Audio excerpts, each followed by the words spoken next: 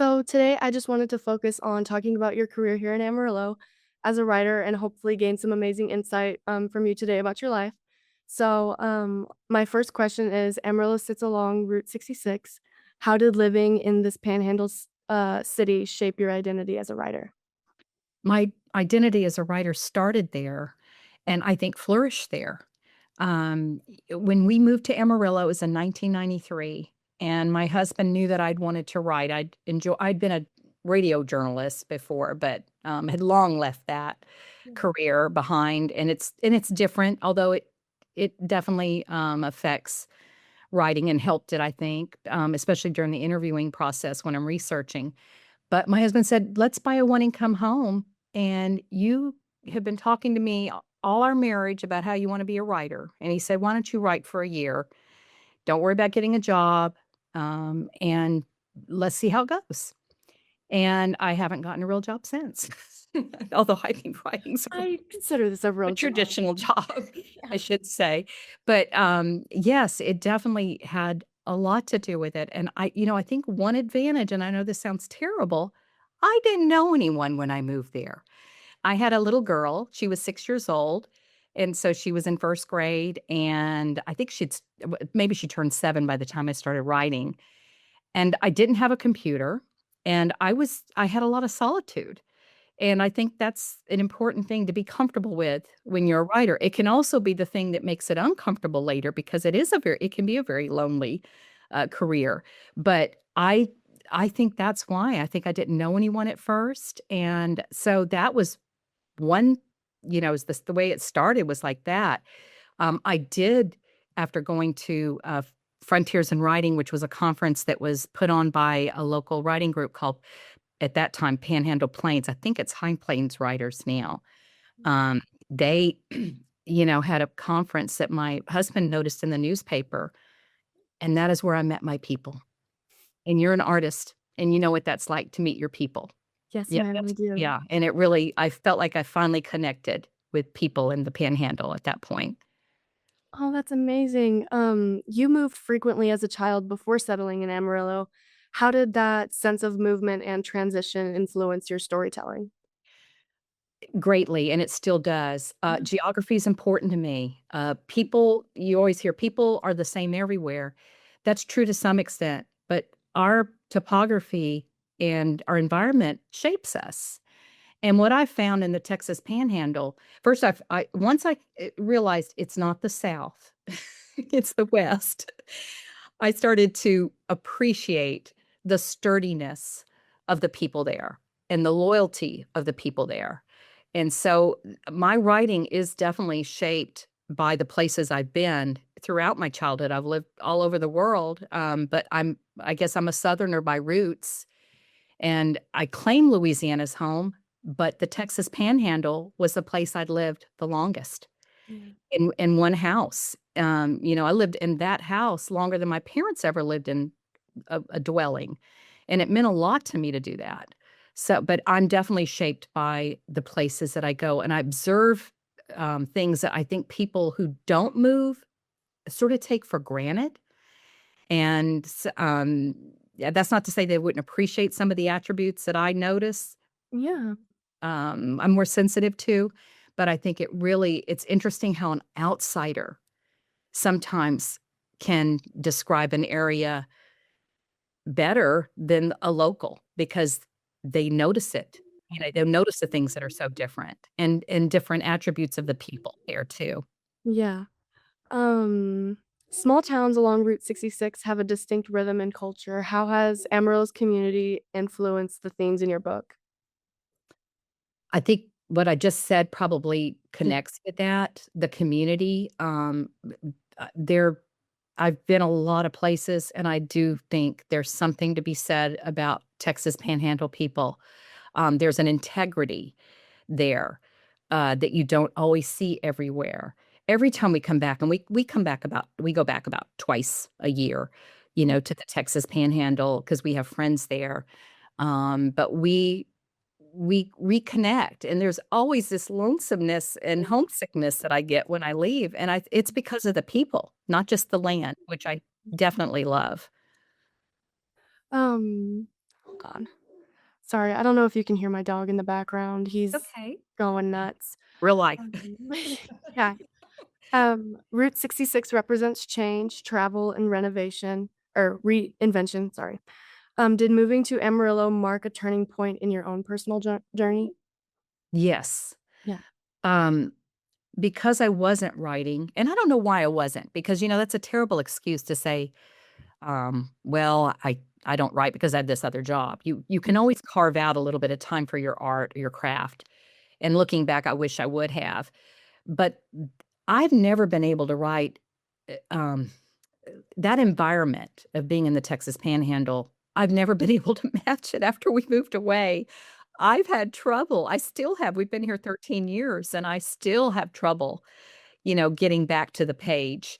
It's more of a job than it was when I lived in the Texas Panhandle. Okay. Amarillo blends wide open landscapes with roadside Americana. How did landscapes influence the emotional tone of your writing?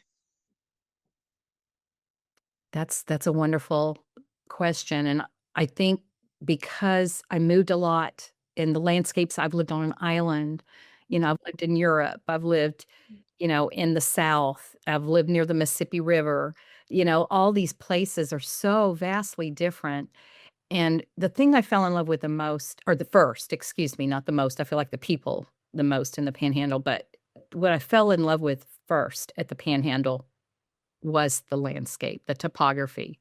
Not everybody appreciates wide open spaces. Some people have to have those, you know, trees. And I love trees, but there's just something about looking at a Texas Panhandle sky. The other night, somebody said, I wish, I could see the stars at night when we were outside our yard. And I said, go to the Texas Panhandle. There's nothing Mhm. like it. When you look out at the skies there at night and you see all those stars. But it does shape it. It I can't explain it, and it's so interesting because even when I would get, stuck, writer's block, I would get in my car when I lived in Amarillo, and I would drive to Happy, Texas, and there was just something about that drive, those wide open spaces about 40 miles down the road and then I would turn back around and come back, and I would know what I was gonna write next. It might just be one sentence, or it might be a whole scene, but there was something so, freeing about having that wide open space and being able to turn back to the page. Uh, that's awesome. Many Route 66 towns faced economic shifts over the decades. Do you think those changes are reflected in the stories you tell about community and resilience? I think, yes, I think and when Zachary Beaver came to town, later I revisited the same characters in The Ambassador of Nowhere, Texas, and there is change. There's definitely change because little towns change. Some of them start to dry up. Some of them have had to go elsewhere to work and build their life. And so I think it reflects that, but I also think it reflects the values that still remain. Growing up in places like Pensacola, Japan, and Washington, D.C., and later settling in Amarillo, how did finally putting down roots impact your creative focus? I think it was everything. I was constantly wanting to live in one place, and so when we moved to our home in Amarillo, I didn't know what was down the road. You never really know what's down the road. We really were gonna set our future roots there, and one thing led to another. Our daughter followed us here to the Fort Worth area, and, so that's, why we remain here. But there's something about being settled because of being a child that moved every 2 or 3 years, having to make new friends all the time. I remember when I traveled a lot when I was in Amarillo, I would travel a lot to go to schools all over, sometimes all, beyond the United States. There was such a feeling of comfort when I was on that last leg and I'd look down and I'd see Claude, which is the setting of, when Zachary Beaver came to town. But I felt like I was home. and you'd see that canyon, and I felt like I was home, and then you would hear the laughter on the plane. That was all my daughter and I have talked about there. There is something about that, the especially on Southwest, when you're on Southwest and you're on the Amarillo flight, to Dallas. That is the chattiest, airline. Everybody knows everybody, and I miss that.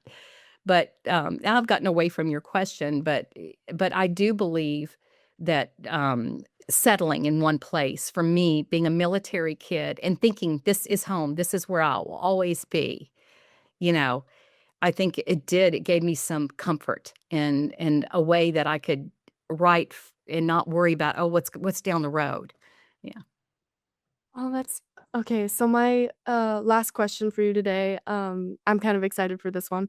If Route 66 could tell a story about Amarillo today, what kind of story do you think it would tell?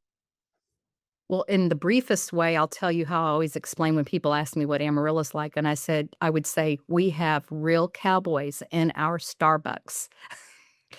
Because it's such a blend of the West, the traditional West, is there, and yet you see progression, too, and it's still changing in a very nice way. We get excited, Jerry and I get excited when we go back and we see the positive changes that are happening with the city, and, that's exciting for us to see that growth, and yet at the same time, it still feels like Amarillo, and so how do I say that for Route 66? I think I would just say it in the simplest form.